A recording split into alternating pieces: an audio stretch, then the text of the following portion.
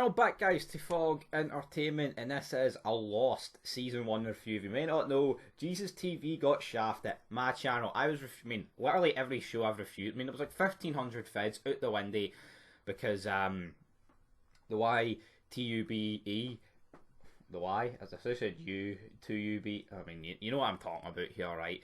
Got shafted, but we're here, and yeah, it was supposed to be Tejas doing this because Son of Scotland 90 did watch like the first half of Lost, so I thought it'd be interesting. Well, like the first half of this first season, so I thought it'd be interesting to get his point of view on it. But turns out he's just a useless, shiftless bastard. So I'm going to have to do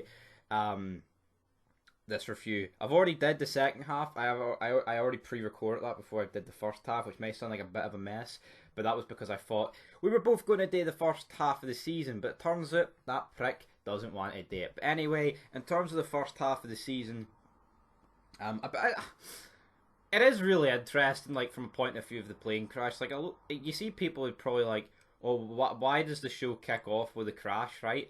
But it makes a lot more sense. If it's a movie, I think you need a backstory to the crash because you've only got an hour and a half running time. But here, I think doing the crash first and then seeing flashbacks to how all the events happened and pulled all these characters together on the plane. So, you know, we kick off obviously with our main character Jackie sees a dog, Vincent, which belongs to Michael Walt, who is Michael's son. They manage to get that back after a few episodes. They go to the plane, the front bit of the plane, they get the transceiver thing, but a big thing grabs the guy, the pilot at the thing. Good night, bang bang. We don't actually. I would like episode 11 of season 2. We haven't seen that creature again. Maybe it's just that black mist stuff. Maybe that was it. You know, also weird that they never went back to the plane. Then we get introduced to loads more characters. We've got Sawyer, Saeed, we've got John Locke as well. We get a great episode with him. Turns out he was actually in a wheelchair and paralysed. But then we get to see in that episode that the crash fucking saved him, which I thought was really well done. That was an epic moment, and that was episode 4 of the first season, you know. And the guy's got so much depth from just one episode. It's fucking unbelievable. You see shows like when you're five seasons in, and they just suck, you know. Like let's just talk about The Wire for about 3 seconds. Marlo Stanfield, by the series finale, there's just nothing to the guy. He's absolute pish, you know. And there's multiple shows like that, you know. But I'll give credit where credit's due. I mean, not every character in this show is the greatest of all time, but you know what? Even if you give the shittest of characters a half decent backstory, there's something there for them, you know. And that's the bottom line. But the group then kill a polar bear via Sawyer. They find a transmission that's been playing on the island for 16 years. Then we get loads of episodes. They move to caves. There's a collapse. Then we get flashbacks with Jack the Doctor. Meet his dad. Oh, this, that, and the third. Who am I? ABL or something, mate. Then we see a lot of stuff in the Kate's backstory. We've got the drama with the Marshal. People find out about her. She was actually the prisoner. Then they find the case on the island. Ethan then kidnaps Claire. She returns in the second half of the thing, but we'll get to that when I get to that. In the second half of the video. You know, I think it's a really strong first half of the season. But there is some, Saeed. He's grown on me as the shows went on, but I think initially, man, the guy was just a fucking, a complete goof. Like, for a soldier, I feel like they did him. It's not the actor, but there's just some stuff that comes across, really stupid. We get flashback episodes with him, of course, you know. There was one decision in this show. They get the case that the Marshal had on the plane, right, with the guns in it. And then Kate says to Jack they should use the guns to go after Ethan and get Claire back. Ethan, this guy, bear in mind here, at this point has said that he's going to kill a member of the group every day. And Jack refuses to get the gun. Oh, we can't run into the jungle shooting blindly at each other. I think that's one of the worst decisions in TV history. There is a lot like that in this show, stupid decisions. I get it, these are ordinary people, you know, they're not fucking seasoned criminals, so I get that. And also, you kind of need this, or else everyone would be plain Janes in the show. If there's no drama, then there's no drama. But I feel like there is just stuff really stupid decisions. We also get Charlie, he's in Drive Shaft. Get a few episodes with him. A load of flashbacks an episode where Ethan there kills him, but then he ends up killing Ethan, and all that stuff. Saeed and Sawyer, there's torture scenes there. They have like their feud kind of reminds me of Teabag and Abruzzi's from Prison Break. We also get introduced to Hurley as well. I mean, there's loads of Jen and Son. There's actually just a shit ton of characters. We don't really get many deaths in the first half, you don't really get many deaths in the first season, to be honest, in general, you know. But I guess that's the way the cookie crumbles. For that point of view, like there is some episodes where like the plot doesn't really advance, but again, see this whole concept of being on an island, it needs to have flashbacks. You know, if it was just searching around this big island, where could it really go?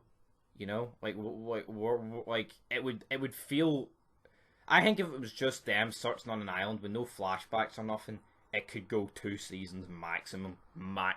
Honestly, I just don't see where it could go. You know, like you'd get to the 3rd season and it would literally just be like The Walking Dead, but on an island that's a lot smaller than like America. I mean, the island is pretty big, but obviously it's nothing compared to the size of the world. You know.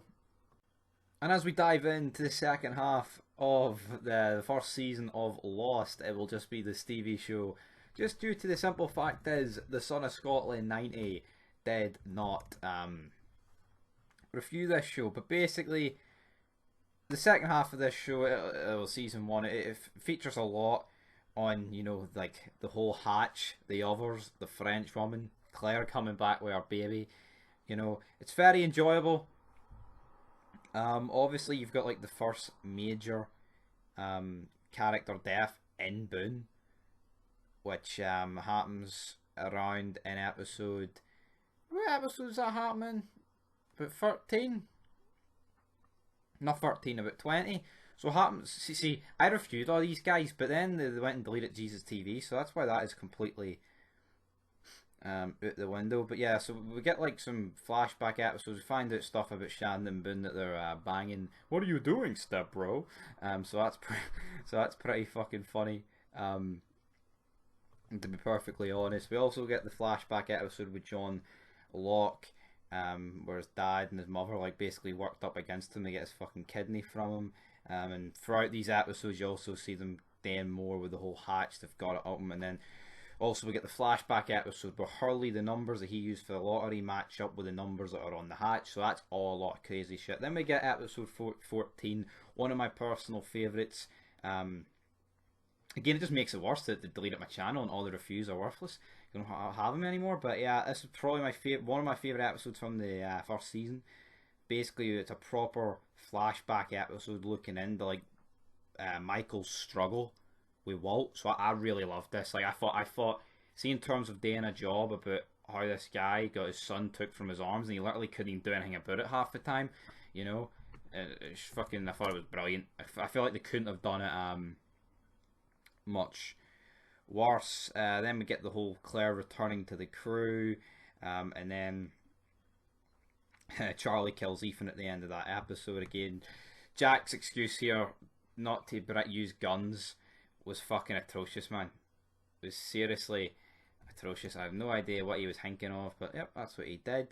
Then we get more Sawyer flashbacks and all. Basically him killing the guy that he thought was the guy that killed, basically led to the death of his parents, but that was just the Hibbs guy setting him up like that as well, so that's not very good. We also get the raft burning down, which in turn was Walt, and then we get all the stuff with the raft and the I actually think the best part about this season is towards the end. You know, I actually think like the actual raft getting built and like it was such a touching scene with like Walt leaving Vincent behind. You know, you've got all that, and then you've got those four heading out, Walt and his dad, Michael, and you've got Sawyer and Jen. It's like the fucking Job Squad, but the dynamic between those four work, because Jen and Michael never seen eye to eye, and Sawyer doesn't see eye to eye to anyone, obviously. So you know, it was really good the way they done that. And then obviously you've got the whole hangout there. I think the scene where the others or whoever they are, you know, kidnap Walt and blow up the raft and shoot Sawyer. I think that's probably top 3 scenes so far on the show. I thought that was really well done. Like, they thought they had a chance. They thought they were going to be saved. And then Sawyer goes to get the gun. I thought it was very well done.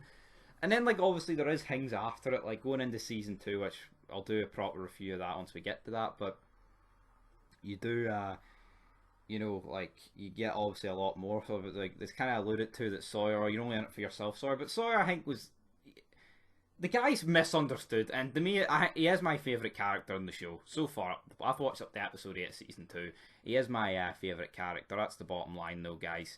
You know, we've also got the baby being born. We've got Boone's death. It's kind of like one in, one out, so to speak. So yeah, Boone's death is pretty sad, and it's